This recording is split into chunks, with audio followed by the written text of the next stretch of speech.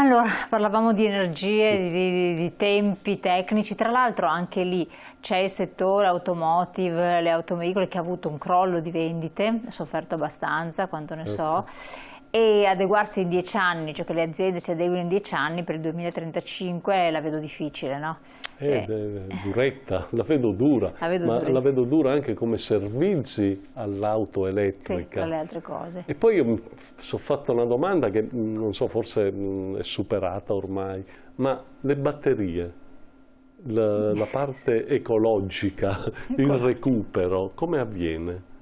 Sì. Non è che andiamo a fare dei sarcofagi? Ecco, no. Che era lo stesso discorso all'inizio che si era posto comunque per i pannelli fotovoltaici. Ancora non ho capito se è stato risolto o meno il problema, perché all'inizio sentivo parlare di sarcofagi, ma pare una roba un po', spero di no, che sia stato superato. Infatti, e dopo dicevamo anche Folone, il ricarica di queste macchine notturna, cioè la tensione, visto che l'energia elettrica bisogna risparmiare quel che costa, cioè bisogna fare due conti. Vabbè. Questa è un'altra cosa.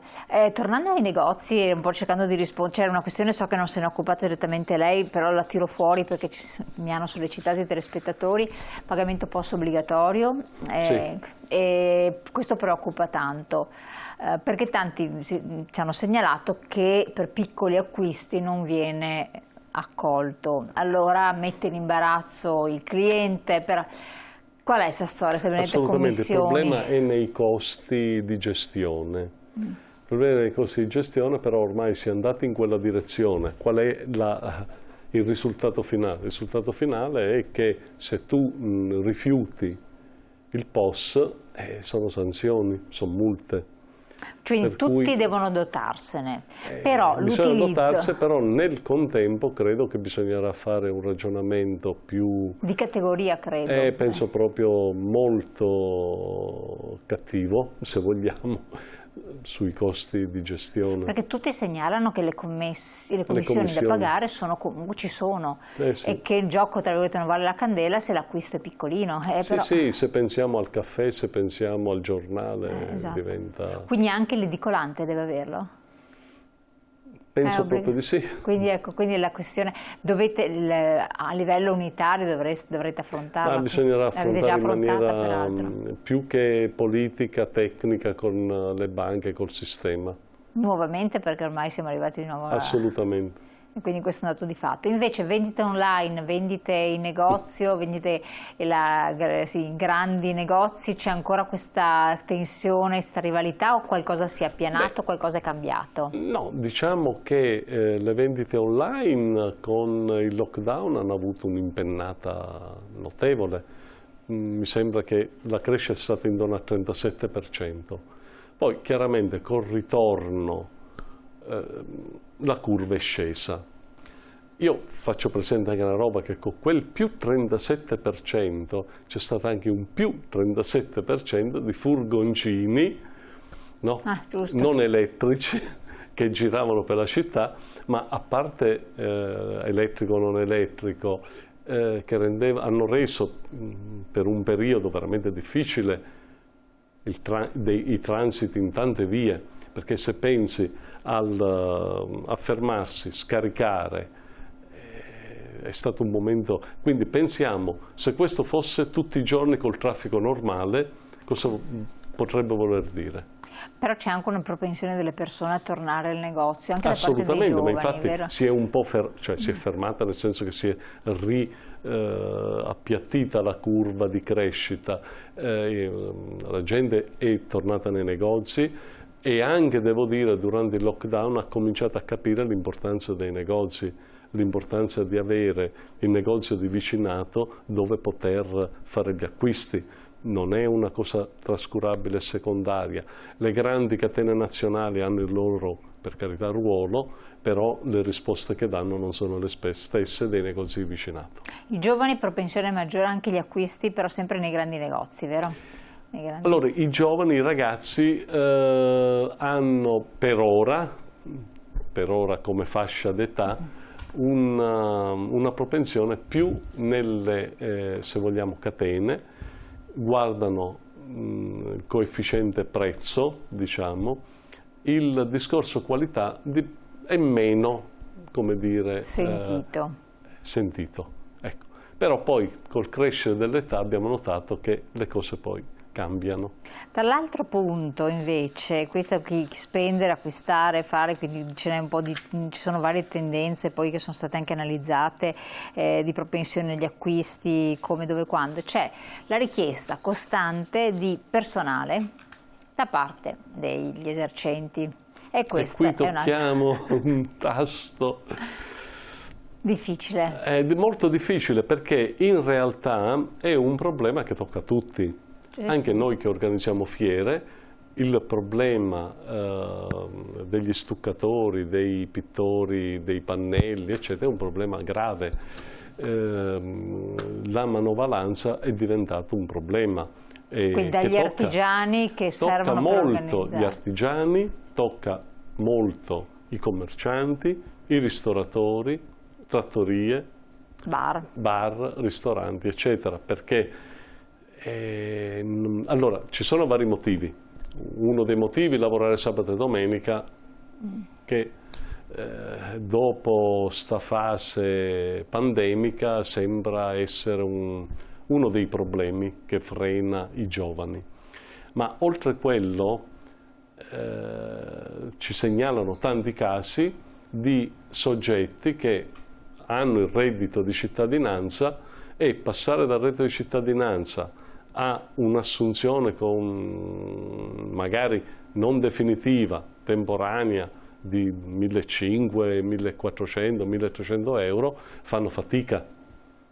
Ma io sento però che il reddito di cittadinanza, ci hanno scritto anche parecchi telespettatori, alla fine sono 500 euro, tra una cosa e l'altra una media, 500, perché poi tutto in proporzione all'ISEE che uno ha. Non so se sono 500, 700, esatto, però sono presi senza nessun costo né invece fisico, né energetico, né di trasferimento per il lavoro. Però il ragazzo di bottega, chiamiamolo così, oppure lavorare in un negozio, prendi 1.000 euro. Sì, dicono. Prende su, diciamo, un apprendista sui 1.100 euro. Quindi forse è con richiesta di lavorare anche il sabato, la domenica. Che però è pagato, sono straordinari, pagati. Quindi devono essere riconosciuti questi straordinari. Vengono riconosciuti. Qual è allora il freno che induce? Ma è un freno, guarda, secondo me, qua non voglio, e poi mi taccio sul reddito di cittadinanza, ma va benissimo un contributo sociale, va benissimo aiutare chi ha problemi, ma quella è assistenza sociale. Quando tu dai un reddito devi avere in cambio qualcosa e qui non c'è. In cambio cosa vuol dire? Devi avere del lavoro in cambio. Il messaggio che sta passando oggi ai giovani è che si può anche essere remunerati senza dare nulla in cambio, senza lavoro. Questo è un qualcosa che impiegherà tempo a modificarsi. Perché sono stati abituati anche in famiglia ad essere mantenuti dalla famiglia con la paghetta di diritto. Ma la paghetta è diversa, qui è lo Stato che ti dà i soldi, per cui è giusto averli. E per invece i lavoratori che tanti si danno le dimissioni e cambiano perché non sono condizioni di lavoro eque? No, attenzione, quello è un altro discorso. Che però sempre c'è abbastanza frequente. Lì assolutamente, ma io il reddito di cittadinanza se lo dividerei da una parte un'assistenza a chi ha bisogno, legittima. Il reddito lo darei in forma più articolata alle imprese che devono assumere. Ti do i soldi se assumi. E allora, quante nuove assunzioni a genere? Allora, come nasce il reddito di cittadinanza? I navigator, i 3.000 navigator, cosa dovevano fare?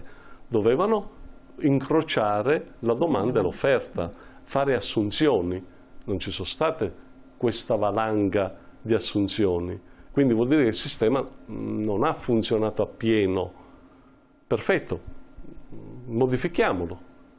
Diamo la possibilità alle aziende che assumono di avere, come dire, un aiuto in tal senso. ma allora tu stabilizzi delle assunzioni, hai degli assunti. Assunti a tempo indeterminato, quindi se si parla di assunzioni, perché a tempo determinato, certo. Quindi questo è l'altro problema, no? Assolutamente, togli dalla disoccupazione in maniera seria delle persone. Perché tanti del settore turistico, alberghiero, cioè, i ristoranti dicono che addirittura non riescono ad aprire. Certo. Perché non hanno il personale. Non hanno personale. Esatto, non hanno la possibilità di aprire, quindi questo è un problema grossissimo. Non hanno personale. Pagarli di più è un costo. Quindi io perché non si agisce invece sul cuneo fiscale? Sì, ma allora noi abbiamo gli stipendi più bassi d'Europa, però il costo azienda più alto d'Europa. C'è un motivo in mezzo, si chiama tasse. Assolutamente, quindi questo è veramente fuorviante. La tassazione sul lavoro è notevole.